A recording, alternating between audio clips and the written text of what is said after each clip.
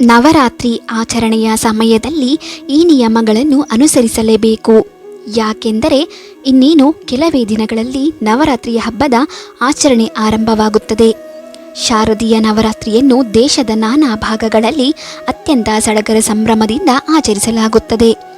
ಈ ವರ್ಷ ಶಾರದೀಯ ನವರಾತ್ರಿ ಅಕ್ಟೋಬರ್ 3ರಿಂದ ಪ್ರಾರಂಭವಾಗುತ್ತದೆ. ಇನ್ನು ಈ ವರ್ಷ ಅಶ್ವಿನ್ ಮಾಸದ ಶುಕ್ಲ ಪಕ್ಷದ ಪ್ರತಿಪದ ದಿನಾಂಕ ಪ್ರಾರಂಭವಾಗುತ್ತದೆ. ಇದು ಅಕ್ಟೋಬರ್ 2ರಂದು ಮಧ್ಯಾಹ್ನ 12:18ರಿಂದ ಸಂಭವಿಸುತ್ತದೆ. ಈ ದಿನಾಂಕವು ಅಕ್ಟೋಬರ್ 4ರಂದು ಮಧ್ಯಾಹ್ನ 2:58ರವರೆಗೆ ಮಾನ್ಯವಾಗಿರುತ್ತದೆ. ಹೀಗಾಗಿ ನವರಾತ್ರಿ ಆಚರಣೆ ಅಕ್ಟೋಬರ್ 3ರಿಂದ ಆರಂಭವಾಗುತ್ತದೆ. ನವರಾತ್ರಿಯ 9 ನಿಯಮಗಳು. ನವರಾತ್ರಿಯ ವ್ರತವನ್ನು ಆಚರಿಸುವ ಪ್ರತಿಯೊಬ್ಬರೂ ಕೆಲ ನಿಯಮಗಳನ್ನು ಪಾಲಿಸುವುದು ಮುಖ್ಯ. ಈ ನಿಯಮಗಳನ್ನು ಅನುಸರಿಸದಿದ್ದರೆ ಅಥವಾ ಅವುಗಳನ್ನು ಉಲ್ಲಂಘಿಸಿದರೆ ಉಪವಾಸದ ಫಲವನ್ನು ಪಡೆಯುವುದಿಲ್ಲ. ಹಾಗಾದರೆ ನವರಾತ್ರಿಯ ವ್ರತದಲ್ಲಿ ಯಾವ 9 ನಿಯಮಗಳನ್ನು ಪಾಲಿಸಬೇಕು ಎಂದು ಈ ವಿಡಿಯೋದ ಮೂಲಕ ತಿಳಿಯೋಣ. 1. ನವರಾತ್ರಿಯ ಒಂದು ದಿನ ಮೊದಲು ಪೂಜಾ ಕೋಣೆಯನ್ನು ಶುಚಿಗೊಳಿಸಿ ದುರ್ಗೆಯನ್ನು ಪೂಜಿಸಬೇಕು. ಅದಕ್ಕಾಗಿ ಕಳಶವನ್ನು ಸ್ಥಾಪಿಸಬೇಕು. ಕಲಶ ಸ್ಥಾಪವನ್ನು ಘಟ್ಟಸ್ಥಾಪನೆ ಎಂದು ಕರೆಯಲಾಗುತ್ತದೆ. 2.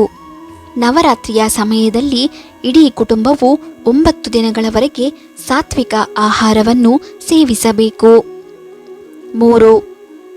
ನವರಾತ್ರಿಯಲ್ಲಿ 9 ದಿನಗಳ ಕಾಲ ಸದ್ಗುಣವನ್ನು ಪಾಲಿಸಬೇಕು. ಜೊತೆಗೆ ಶುದ್ಧವಾಗಿರುವ ನಿಯಮವನ್ನು ಪಾಲಿಸಲೇಬೇಕು. 4. ನವರಾತ್ರಿಯಲ್ಲಿ ತಾಮಸಿಕ ವಸ್ತುಗಳನ್ನು ತಿನ್ನಬಾರದು. ಅಂದರೆ ಗುಟ್ಕಾ, ವೀಳ್ಯದೆಲೆ, ಸಿಗರೇಟು, ಮೊಟ್ಟೆ, ಮದ್ಯ, ಬೀಡಿ, ಈರುಳ್ಳಿ, ಬೆಳ್ಳುಳ್ಳಿ, ಮಾಂಸ, ಮೀನು ಇತ್ಯಾದಿಗಳನ್ನು ಸೇವಿಸಬಾರದು. 5.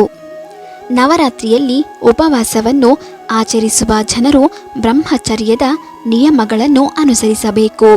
ಸಂತೋಷ ಮತ್ತು ಐಷಾರಾಮಿ ಜೀವನದಿಂದ ಅಂತರವನ್ನು ಕಾಯ್ದುಕೊಳ್ಳಬೇಕು. 6. ನವರಾತ್ರಿಯ ಮೊದಲ ದಿನ ಉಪವಾಸದ ನಂತರ ಪೂಜೆ ಮಾಡಿ. ದುರ್ಗೆಯ ಪೂಜೆಯ ಬಳಿಕವೇ ಆಹಾರವನ್ನು ಸೇವಿಸಬೇಕು. 7. ನವರಾತ್ರಿಯಲ್ಲಿ ದುರ್ಗಾ ಸಪ್ತಶತಿ ಮತ್ತು ದೇವಿ ಭಗವತ್ ಪುರಾಣವನ್ನು ಪಠಿಸಿ. ತಾಯಿ ದುರ್ಗೆಯ ಆಶೀರ್ವಾದ ನಿಮಗೆ ದೊರೆಯುತ್ತದೆ. 8. ಹೆಣ್ಣು ಮಕ್ಕಳನ್ನು ಮಾತೃದೇವತೆಯ ರೂಪವೆಂದು ಪರಿಗಣಿಸಲಾಗುತ್ತದೆ. ಹೀಗಾಗಿ ದುರ್ಗಾ ಅಷ್ಟಮಿಯ ದಿನದಂದು ಸ್ತ್ರೀಯರನ್ನು ಪೂಜಿಸಿ. 9. ದುರ್ಗಾ ಅಷ್ಟಮಿಯಂದು ನವರಾತ್ರಿ ಹವನ ಮಾಡಿ. ಬೇಕಾದರೆ ಮಹಾನವಮಿಯ ದಿನವೂ ಇದನ್ನು ಮಾಡಬಹುದು. ನವರಾತ್ರಿ ಪೂಜಾ ವಿಧಾನ.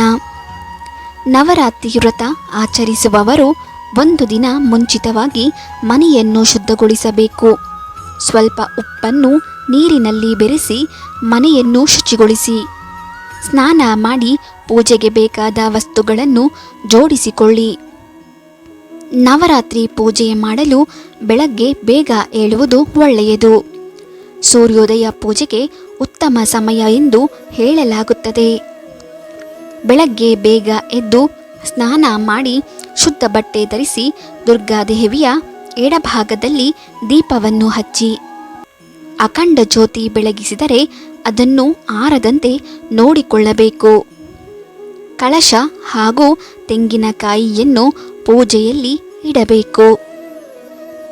ಹೂವು ಹಣ್ಣು ಇಟ್ಟು ದೀಪವನ್ನು ಬೆಳಗಿಸಿ ಶ್ರದ್ಧಾ ಭಕ್ತಿಯಿಂದ ಪೂಜೆ ಸಲ್ಲಿಸಿದರೆ ದುರ್ಗಾದೇವಿಯ ಆಶೀರ್ವಾದ ಮನೆಯಲ್ಲಿ ನೆಲೆಸಲಿದೆ. ನವರಾತ್ರಿ ನೈವೇದ್ಯ. ಮೊದಲೇ ಹೇಳಿದಂತೆ ನವರಾತ್ರಿಯಂದು 9 ದೇವಿಯನ್ನು ಪೂಜಿಸುವ ಜೊತೆಗೆ 9 ದಿನವೂ ಬಗೆ ಬಗೆಯ ನೈವೇದ್ಯಗಳನ್ನು ಅರ್ಪಿಸಲಾಗುತ್ತದೆ. ಮೊದಲ ದಿನ ಶೈಲಪುತ್ರಿಗೆ ಹಸುವಿನ ತುಪ್ಪವನ್ನು ಅರ್ಪಿಸಬೇಕು ಎಂದು ಹೇಳಲಾಗುತ್ತದೆ. ಇನ್ನು 2ನೇ ದಿನ ಬ್ರಹ್ಮಚಾರಿಣಿ ಪೂಜೆ. ಬೆಲ್ಲದ ನೈವೇದ್ಯ ತಪ್ಪದೆ ಮಾಡಬೇಕು. ಮೂರನೇ ದಿನ ಚಂದ್ರಘಂಟಾ ದೇವಿಗೆ ಹಾಲು ಹಾಗೂ ಹಾಲಿನಿಂದ ಮಾಡಿದ ಸಿಹಿ ತಿಂಡಿ ನೈವೇದ್ಯ ಮಾಡಬೇಕು. ಕೂಷ್ಮಾಂಡೆಗೆ ಮಲ್ಪೋಪ ಸಿಹಿಯನ್ನು ಅರ್ಪಿಸಬೇಕು. 5ನೇ ದಿನ ಸ್ಕಂದ ಮಾತೆಗೆ ಬಾಳೆಹಣ್ಣಿನ ನೈವೇದ್ಯ ಮಾಡಬೇಕು. 6ನೇ ದಿನ ಕಾತ್ಯಾಯಿನಿಗೆ ವೀಳ್ಯದೆಲೆ ತಪ್ಪದೆ ಅರ್ಪಿಸಲೇಬೇಕು. 7ನೇ ದಿನ ಕಾಳರಾತ್ರಿ ದೇವಿಗೆ ಬೆಲ್ಲ ಅಥವಾ ಬೆಲ್ಲದಿಂದ ಮಾಡಿ ಸಿಹಿ ತಿನಿಸು ಅರ್ಪಿಸಬೇಕು. 8ನೇ ದಿನ ಮಹಾಗೌರಿಗೆ ತೆಂಗಿನಕಾಯಿಯನ್ನು ತಪ್ಪದೆ ಅರ್ಪಿಸಲೇಬೇಕು.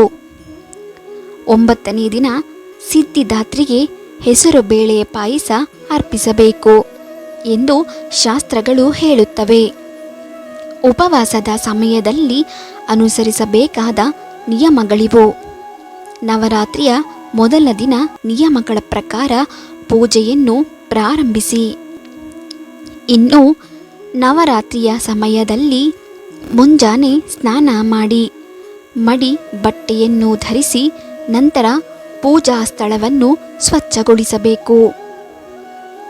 ನಂತರ ನಿಯಮಗಳ ಪ್ರಕಾರ ಪೂಜೆ ನೆರವೇರಿಸಬೇಕು.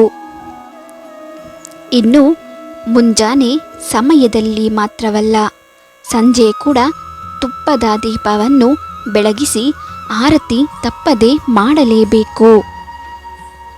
ಒಂದೊಮ್ಮೆ ನೀವು ನಿಮ್ಮ ಮನೆಯಲ್ಲಿ ಅಖಂಡ ಜ್ಯೋತಿಯನ್ನು ಬೆಳಗಿಸಿದರೆ ಅದನ್ನು 9 ದಿನಗಳ ಕಾಲ ನಿರಂತರವಾಗಿ ಬೆಳಗಲು ಸೂಕ್ತ ವ್ಯವಸ್ಥೆ ಮಾಡಿ.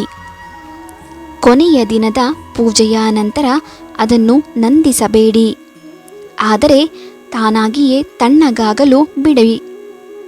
ದಿನದಲ್ಲಿ ಸಮಯ ಸಿಕ್ಕಾಗಲೆಲ್ಲ ಪ್ರತಿನಿತ್ಯ ದುರ್ಗಾ ಸಪ್ತಶತಿಯನ್ನು ಪಠಿಸಿ ಮತ್ತು ಮಂತ್ರವನ್ನು ಪಠಿಸಿ.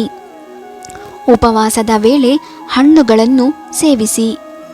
ತಪ್ಪಾಗಿ ಕೂಡ ತಾಮಸಿಕ ವಸ್ತುಗಳನ್ನು ಯಾವುದೇ ಕಾರಣಕ್ಕೂ ತಿನ್ನಬೇಡಿ.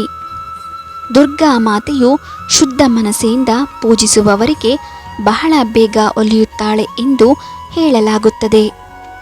ಆದ್ದರಿಂದ ಉಪವಾಸದ ಸಮಯದಲ್ಲಿ ಸಾಧ್ಯವಾದಷ್ಟು ಒಳ್ಳೆಯ ವಿಚಾರಗಳ ಬಗ್ಗೆ ಆಲೋಚನೆ ಮಾಡಿದರೆ ತುಂಬ ಒಳ್ಳೆಯದು. ಈ ಸಮಯದಲ್ಲಿ ಯಾರೊಂದಿಗೂ ಕೋಪಗೊಳ್ಳಬೇಡಿ ಅಥವಾ ನಿಂದನಾತ್ಮಕ ಪದಗಳನ್ನು ಯಾವುದೇ ಕಾರಣಕ್ಕೂ ಬಳಸಬೇಡಿ. ಈ ಸಮಯದಲ್ಲಿ ಕೂದಲು ಮತ್ತು ಉಗುರುಗಳನ್ನು ಕತ್ತರಿಸುವುದು ಯಾವುದೇ ಕಾರಣಕ್ಕೂ ಮಾಡಲು ಹೋಗಬೇಡಿ. ಮಾಹಿತಿ ಇಷ್ಟ ಆದರೆ ಲೈಕ್ ಮಾಡಿ, ಶೇರ್ ಮಾಡಿ. ಮತ್ತೊಂದು ಇಂಟ್ರೆಸ್ಟಿಂಗ್ ವಿಡಿಯೋದೊಂದಿಗೆ ಭೇಟಿಯಾಗೋಣ. ಧನ್ಯವಾದಗಳು.